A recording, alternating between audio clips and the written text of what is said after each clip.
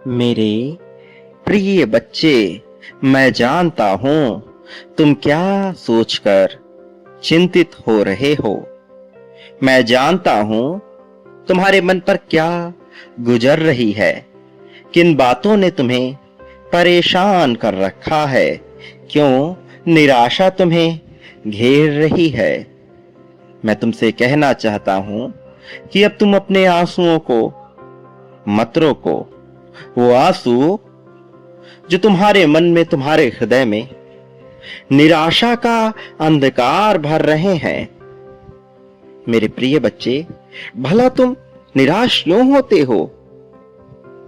क्या तुम्हें लगता है कि तुम्हारा दुख मुझसे छिपा हुआ है? क्या तुम्हारी पीड़ा का ज्ञान मुझे नहीं है?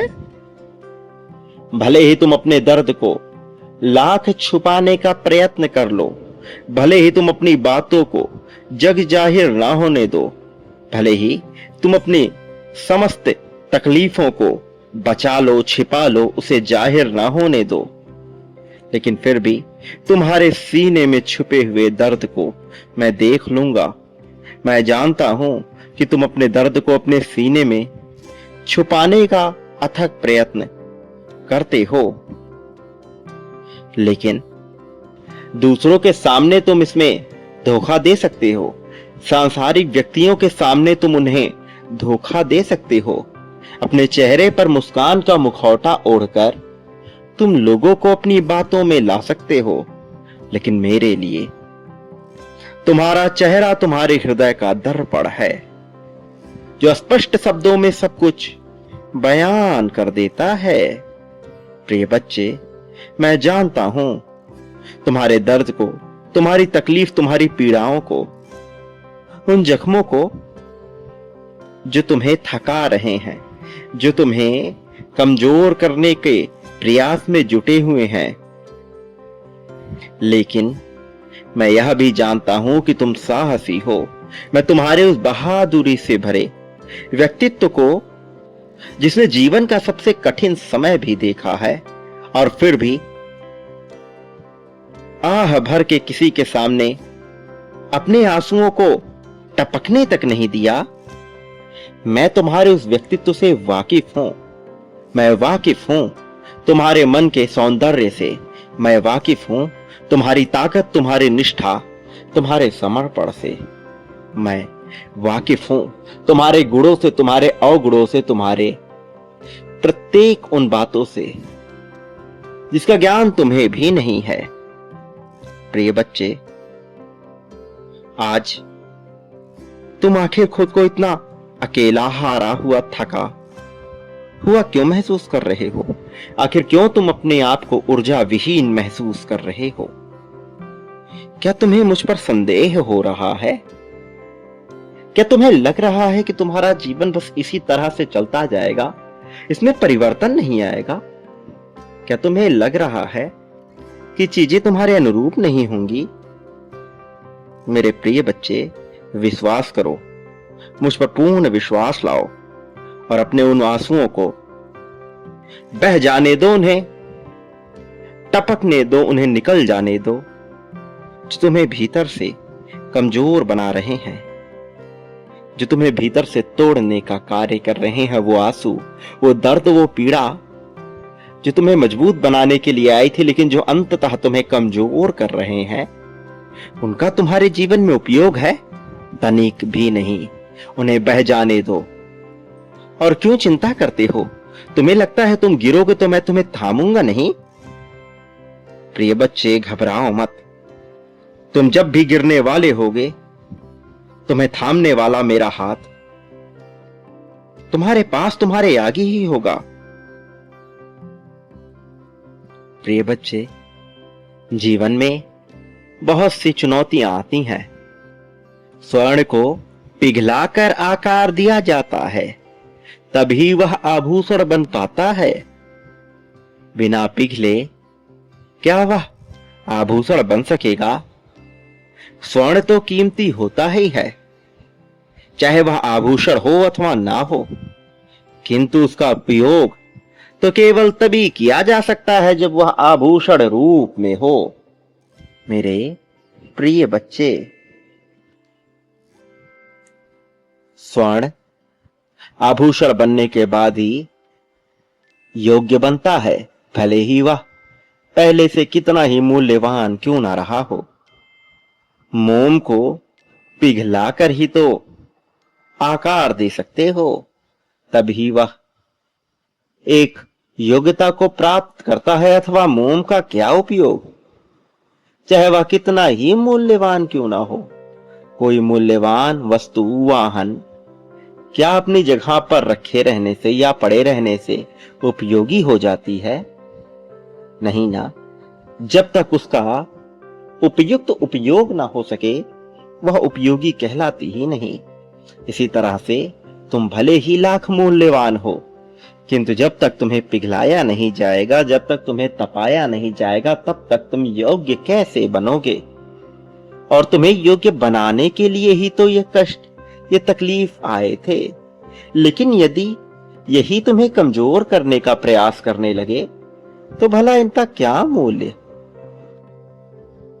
ये तो निरर्थक और बकवास लगने लगेंगे।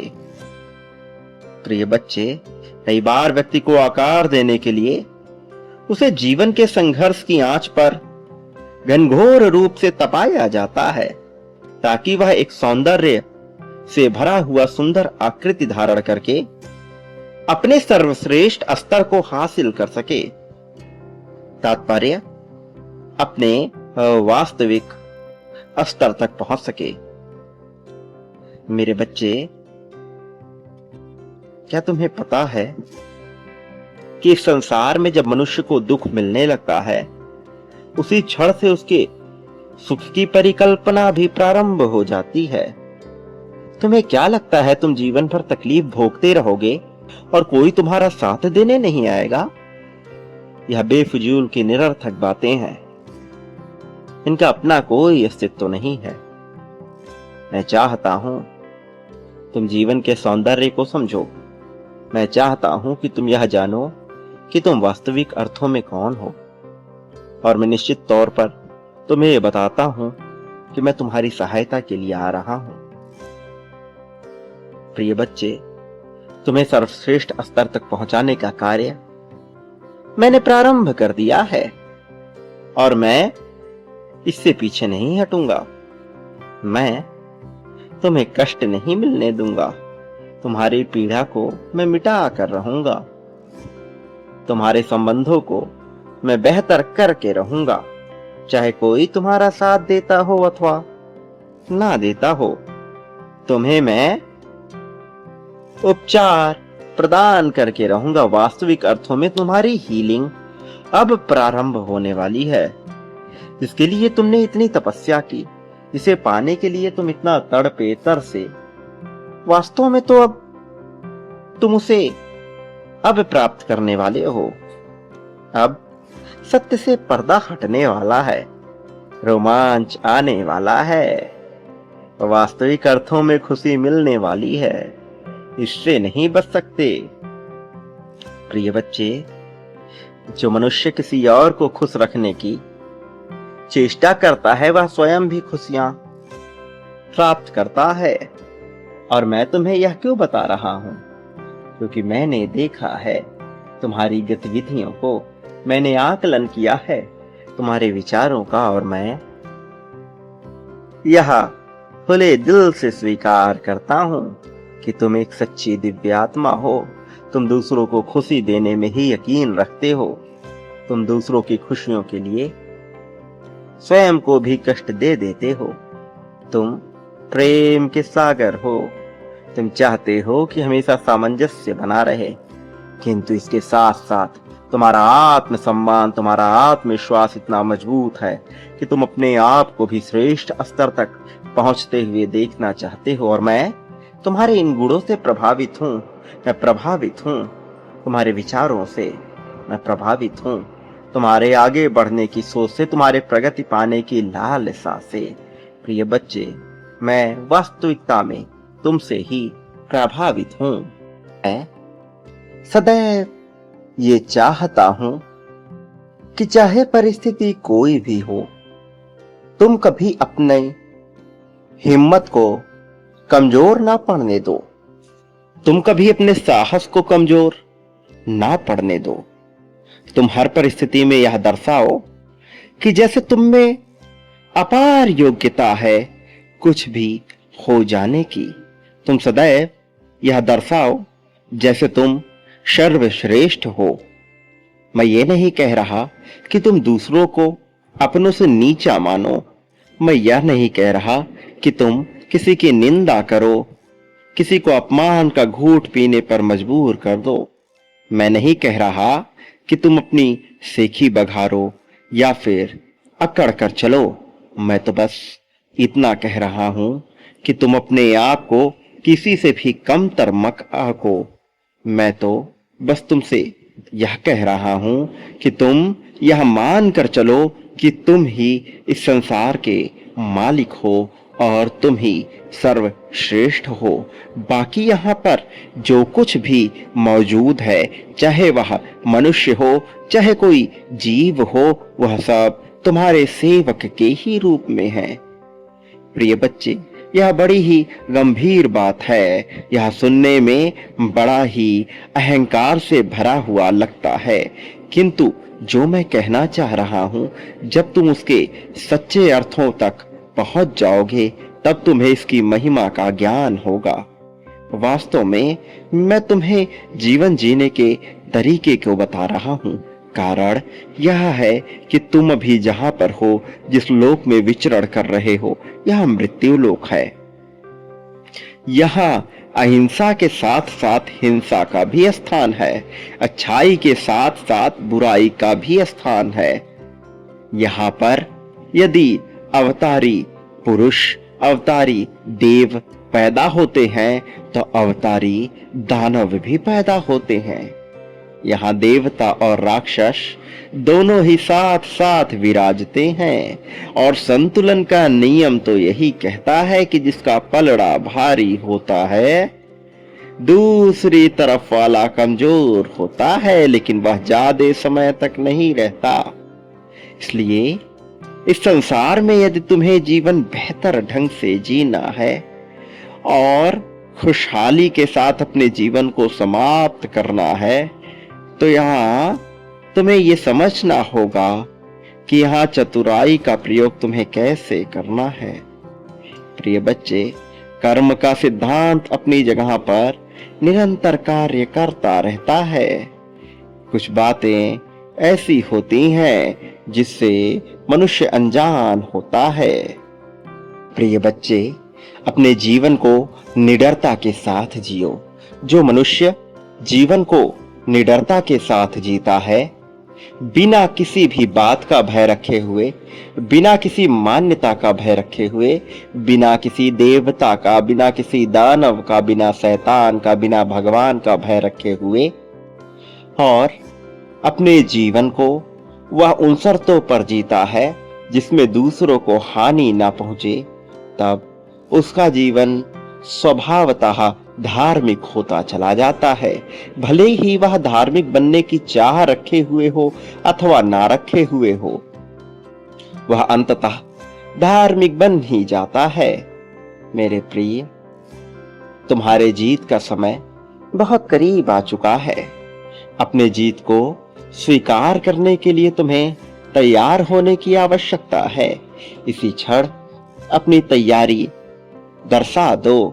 प्रिय बच्चे, संख्या 777 लिखकर इस बात की पुष्टि स्पष्ट अर्थों में कर दो कि तुम जीत को चाहते हो, कि तुम चाहते हो कि तुम्हारे जीवन को सटीक अर्थों में बेहतर किया जाए, कि तुम चाहते हो कि तुम्हारे जीवन से सभी समस्याएं समाप्त कर दी जाएं।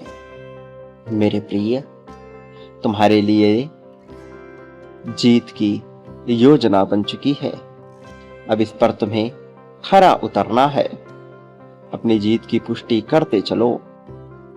अपने जीत के बारे में कितनी तीव्रता से तुम इसे चाहते हो यह लिखते चलो, यह दर्शाते चलो।